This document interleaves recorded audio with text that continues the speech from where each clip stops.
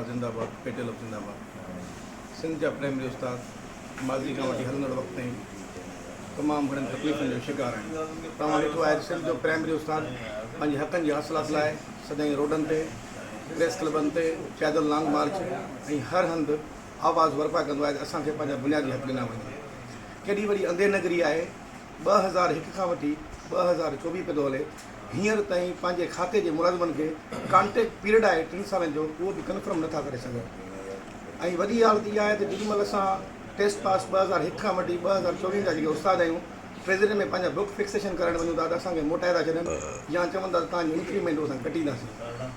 उन खां पोइ सर्विस स्ट्रक्चर आहे हर मुलाज़िम जो, हर खाते में सर्विस स्ट्रक्चर ॾिनो वेंदो आहे। तव्हां ॾिसो त प्राइमरी उस्ताद जेको आहे 14 ग्रेड में अपॉइंटमेंट थी वियो आहे, हाणे हुनखे पंहिंजे फ्यूचर जी का बि ख़बर न आहे त मुंहिंजो फ्यूचर छा थींदो। उन खां पोइ असांजा केतिरा ई हाईली क्वालिफाइड जेके असांजा टीचर्स आहिनि, जेके मूव करे ॿियनि डिपार्टमेंटनि ॾे हलिया था वञनि ऐं सिंध जी तइलीम खे सुधारण बदिरां बिगड़ी रही आहे हिननि जी ब्यूरोक्रेसी जी ग़लति पॉलिसियुनि जे करे। असीं हायर अथॉरिटी खे गुज़ारिश था कयूं ख़ुदा अॼु असीं 22 तारीख़ ते कराची सिंध जी राजधानी में जेको प्रोटेस्ट करे रहिया आहियूं पंहिंजे हक़नि जी हासिलात लाइ। असांजा जेके नंढड़ा मुतालबा आहिनि जेके अवां सेकंडनि में हल करे सघो था, इहे महिरबानी करे हल कयो। सर्विस स्ट्रक्चर जेको आहे उहो ॾिनो वञे।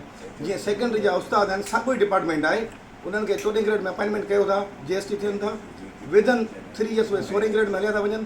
पोइ उन्हनि खे टाइम स्केल मिले थो, 17, 18 HM में थी था वञनि, TOs बि थी था वञनि, DOs बि थी था वञनि। सिंध जो प्राइमरी उस्ताद उते ई पंहिंजे सुरनि जो शिकार आहे। तंहिं करे अव्हांखे गुज़ारिश था कयूं ख़ुदा सिंध जो प्राइमरी उस्ताद जेका आहे तइलीम में रीढ़ जी हॾी आहे, इन खे मथां न लताड़ियो वञे। जे असांखे तकलीफ़ ॾींदो असां सिंध जे बचण जी आबियारी न करे सघंदासीं, असीं पंहिंजे स्कूलनि जी मालिकी न करे सघंदासीं, असीं पंहिंजे बचड़नि जी मालिकी न करे सघंदासीं। बसि असां उस्तादनि जा जेके बुनियादी हक़ आहिनि उहे महिरबानी करे मोहतबान अपील था कयूं इहे असांखे ॾिना वञनि, जीअं असां सिंध जी तइलीम ऐं स्कूल ऐं बचड़नि खे शाद ऐं आबाद करे सघूं।